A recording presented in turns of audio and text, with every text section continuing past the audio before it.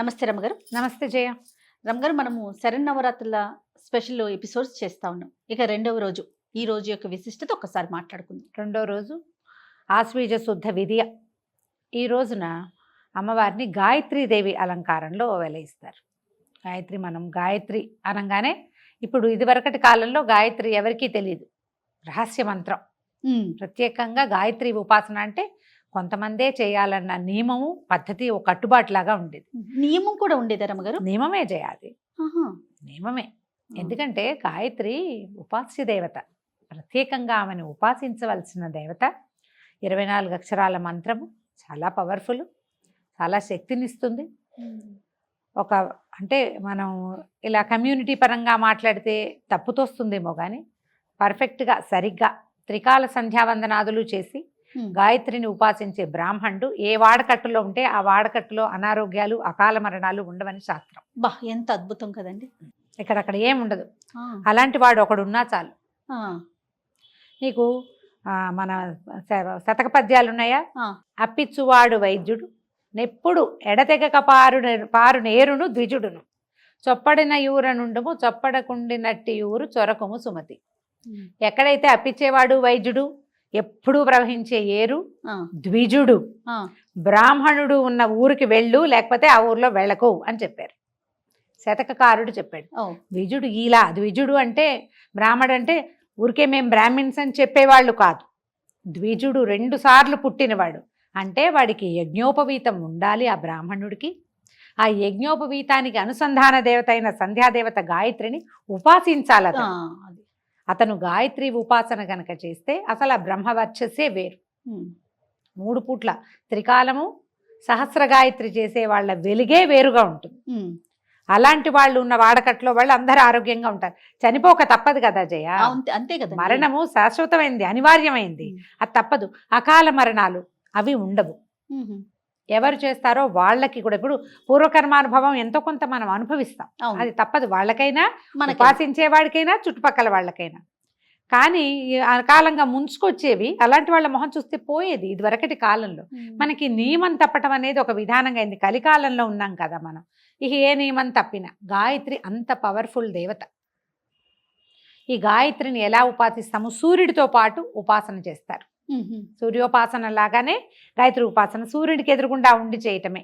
త్రికాలాల్లో చేయటం అంటే సూర్యోదయము, మధ్యాహ్నము, సూర్యుడు మధ్యం దిన మార్తాండుగా ఉన్నప్పుడు, సూర్యుడు అస్తమించే సమయంలోను, ఈ 3 కాలాల్లోనూ సూర్యుడికి అర్ఘ్యం ఇవ్వటము, గాయత్రి చెప్పుకోవటము, ఈ 2 అనుసంధానంగా ఉంటాయి, కలిసి ఉండేవన్నమాట.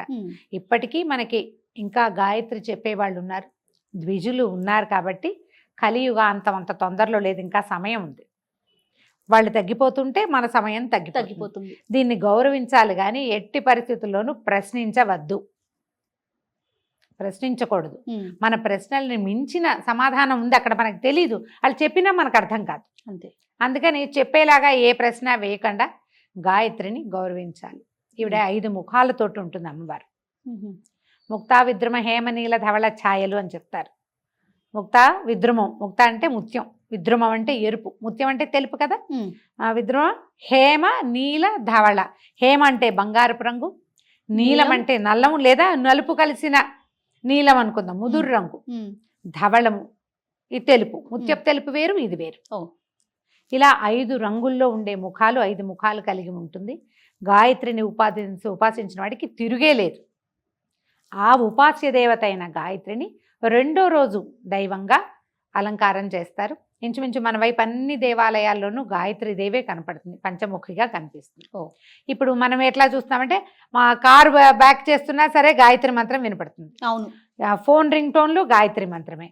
తర్వాత ఇంటి కాలింగ్ బెల్స్ గాయత్రి మంత్రమే. పిల్లలకి గాయత్రి మంత్రం నేర్పిస్తారు. వాకింగ్ చేసేటప్పుడు కూడా మనం గాయత్రి మంత్రాన్ని వింటుంటాం. ఎవరికైనా ఫోన్ వచ్చింది అనుకో, రింగ్ టోన్ కూడా గాయత్రి మంత్రమే ఉంటుంది. అదేమంత అడ్వైజబుల్ కాదేమో అని అనిపిస్తుంది జయ. ఇప్పుడు మంత్రము పూర్తిగా వెళ్ళాలి, అది మధ్యలోనే కట్ చేస్తాం మనం, అది తప్పు. తర్వాత దాన్ని ఇలా చేయకూడదు. ఒక పవర్ఫుల్ మంత్రాన్ని, శక్తివంతమైన దాన్ని, అంత శక్తి తీసుకోవాలి కదా మనము. అరకొరగా ఎందుకు చేయాలి? అంతేగా. ఏమో అది చేయకూడదేమో అనిపిస్తుంది. ఎవరి ఇది వాళ్ళదైనప్పటికీ పిల్లలకు కూడా గాయత్రి మంత్రం ఉపదేశించడం, నేర్పించడం. ఇప్పుడు నేర్పటం వేరు, ఉపదేశం వేరు. ఈ డిఫరెన్స్ ఒకటి ఉంది కదా. అవునండి. ఇది కొంచెం తెలుసుకోవాలి మనం. ఈ గాయత్రిని ఇంత ప్రత్యేకమైన కథ చెప్తారంటే గాయత్రి దేవికి, పూర్వం అంట అరుణుడని ఒక రాక్షసుడు ఉండేవాడు. అతను త్రికాల సంధ్యావందనాపరుడు. 3 పూట్ల 3 పూట్ల సంధ్యావందనం చేసి సహస్ర గాయత్రి, 1,00,000 గాయత్రి కూడా చేసేవాడు రోజుకి. అతను విపరీతంగా బల సంపన్నుడిగా అయ్యాడు. బ్రహ్మవర ప్రసాదం లభించింది అతనికి. రమగారు, మీ మాటకు అడ్డొస్తుందని అనుకోవద్దు. నాకు ఎప్పుడూ ఒక చిన్న అనుమానం ఉంటుందండి. రాక్షసులు అంటే రాక్షస దేవతలు ఉండరా? మన దేవతల్ని ఎందుకు పూజిస్తారు, కొలుస్తారు? ఇట్లా అంటే ఎడతెరిపి లేకుండా వారి అనుగ్రహం కోసం పూజా విధానం ఎందుకు ఫాలో అవుతారండి? రాక్షసులు అంటే రాక్షసులకి వేరే దేవతలు ఉండరు.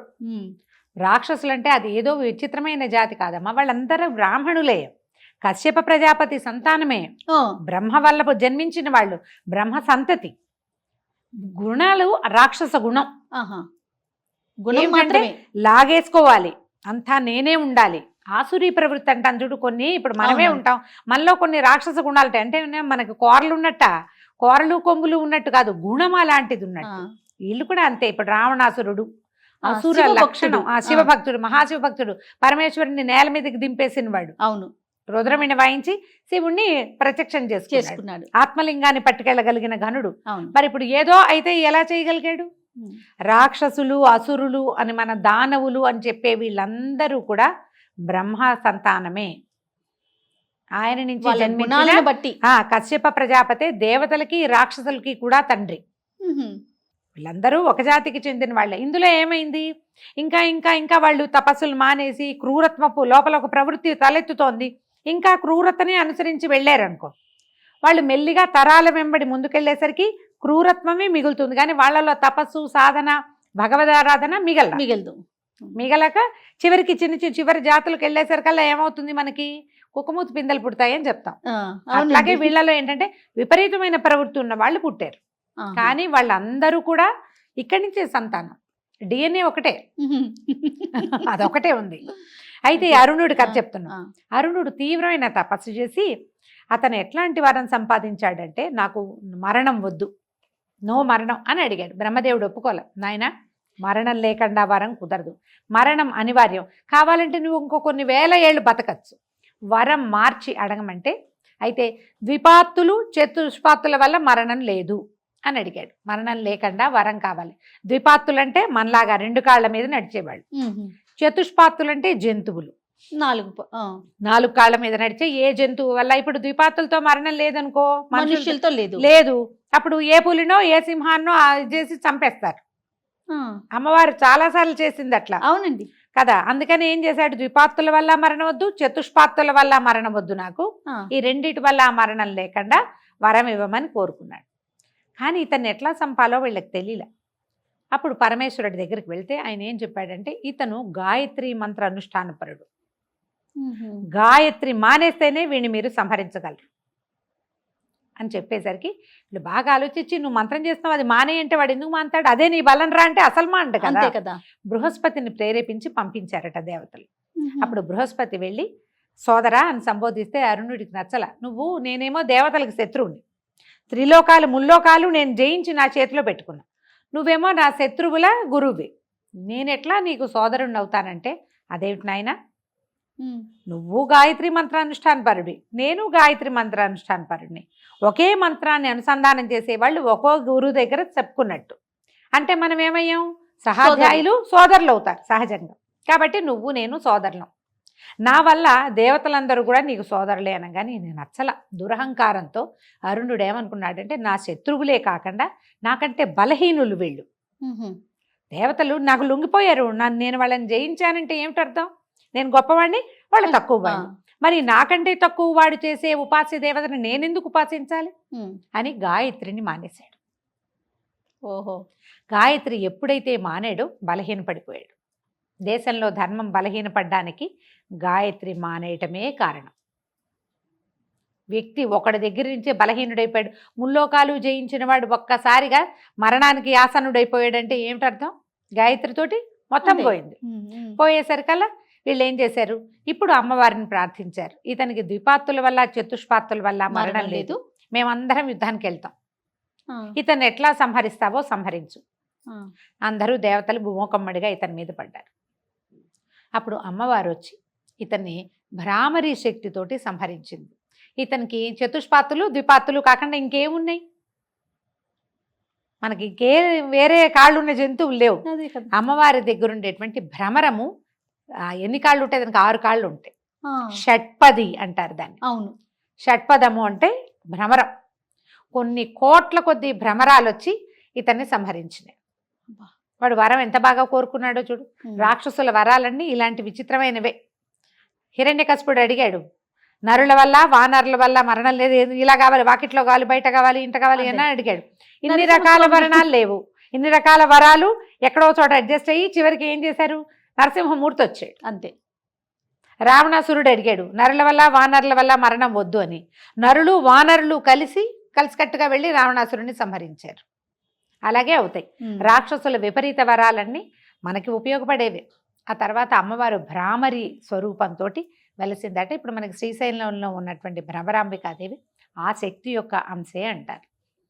ఆమెని దగ్గర ఉండేటువంటి ఆ నాదమే భ్రామరిగా మారింది. ఓంకారంలో ఒక రకమైన శబ్దం వస్తుంది, అంటుంది అది. మనం మీరు లోపల ఓంకారం చేసుకుని చూడండి. అవునండి, ఒక నిమిషం తర్వాత పెదవులు మొహం అంతా తిమిరికిపోయినట్టు అయిపోయి వైబ్రేషన్ లాగా అనిపిస్తుంది. ఈ షట్పదము తిరుగుతుంటే ఆ వైబ్రేషన్ వస్తుంది. ఆ వైబ్రేషన్ నుంచి పుట్టినవే ఇవి. అవి వెళ్ళి సంహరించినవి. గాయత్రి అంత పవర్ఫుల్. ఆమె వల్లే ఈ స్వరూపం భ్రామరి స్వరూపం వచ్చింది. అయితే ఈ రోజున అమ్మవారికి కొబ్బరి అన్నం నివేదన చేస్తారు. ఈవిడ ఎర్రటి రంగులో ఉంటుంది, 5 ముఖాలు కనిపిస్తాయి కదా, ఎర్రని వస్త్రధారణ చేస్తుంది. అక్కడక్కడ కాషాయ వస్త్రధారణ కూడా మనకు చూపిస్తారు గాయత్రికి. కాషాయం రిచ్ ఆరెంజ్ కలర్ కానీ ఎరుపు మనం వేసుకున్న లాంటి ఎర్రటిదైనా వస్త్రాన్ని సమర్పించవచ్చు. మందార పువ్వులు సమర్పించండి. ఈ గాయత్రికి అష్టోత్తరం చక్కగా దొరుకుతుంది. ఒక ప్రార్థనా శ్లోకం కూడా చక్కటి శ్లోకాలు దొరుకుతాయి. ఒక ప్రార్థనా శ్లోకం చేసుకోవటము, కొబ్బరన్నం నివేదన చేయటం. దాంతో పాటుగా మనం రోజువారీ పెడుతున్నట్టుగానే పెసరపప్పు, నానబెట్టిన పెసరపప్పు ఏమంటాం, వడపప్పు, పానకము, వడపప్పు నివేదన చేసుకోవటం. ఉదయకాలం చేయగలిగినంత సేవాకాలం చేసుకుని సాయంకాలం కనుక మనం ఈ అమ్మవారిని పూర్తిగా ఆరాధన చేసుకోవచ్చు. గాయత్రి ప్రత్యేకమైన స్వరూపంలో కనిపిస్తుంది. ఈ 5 ముఖాలున్న స్వరూపంతో అమ్మవారిని ఉపాసన చేసి నమస్కారం చేసుకుంటే అత్యద్భుతమైన ఫలితం వస్తుంది. ముందు ఈవిడ సంధ్యాదేవత అవటం వల్ల మనకి మనుషులకి బద్ధకము అవి తగ్గుతాయి, నియమపాలన అవి ఏర్పడతాయి. దానికోసం మనం ఈ అమ్మని ఆరాధించాలి. రమ్మగారు, శరన్నవరాత్రులు ఏ రోజుకు ఆ రోజే ప్రత్యేకం కదా. అవును. అత్యంత శక్తిగల రోజు అంటే ఏం చెప్పుకోవాలంటారు? దుర్గాష్టమి చెప్పాలి. అష్టమి అనండి. అష్టమి అమ్మవారు ఆ రోజు జన్మించిందని చెప్తారు. అష్టమి నాడు అంటే అప్పటిదాకా సాత్విక స్వరూపాల్లో కనపడుతున్న అమ్మ తీవ్ర రూపం దాల్చింది దుర్గా అష్టమి రోజు. అష్టమి నాడు అక్కడి నుంచి చూడు, అష్టమి నవమి, నవమి నాడు పూర్తిగా అమ్మవారు ఒక విపరీతమైన స్వరూపంలోకి వచ్చేసింది. ఇక ఇవన్నీ చూడు సాత్విక రూపాలు, బాల, గాయత్రి, కాత్యాయని, మహాలక్ష్మి, సరస్వతి సాత్విక రూపాల్లో కనిపిస్తుంది. ఆమె ప్రయత్నం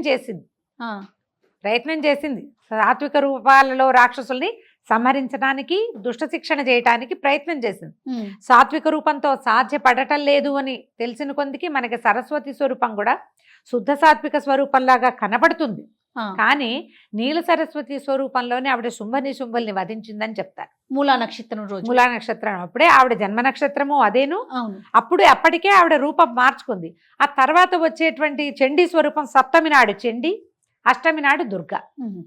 క్రమంగా చూడు దుర్గాకి వచ్చేసరికల్లా తీవ్రమైన స్వరూపం వచ్చేస్తుంది. అంటే ఏమైనా సరే వీళ్ళని పూర్తిగా అణచాలంటే సంహరించాల్సిందే. దానికోసమని ఇలాంటి సంహార శక్తిగా రూపొందాల్సిందేనని భావించి అక్కడికి స్వరూపం పూర్తిగా మార్చుకుంది.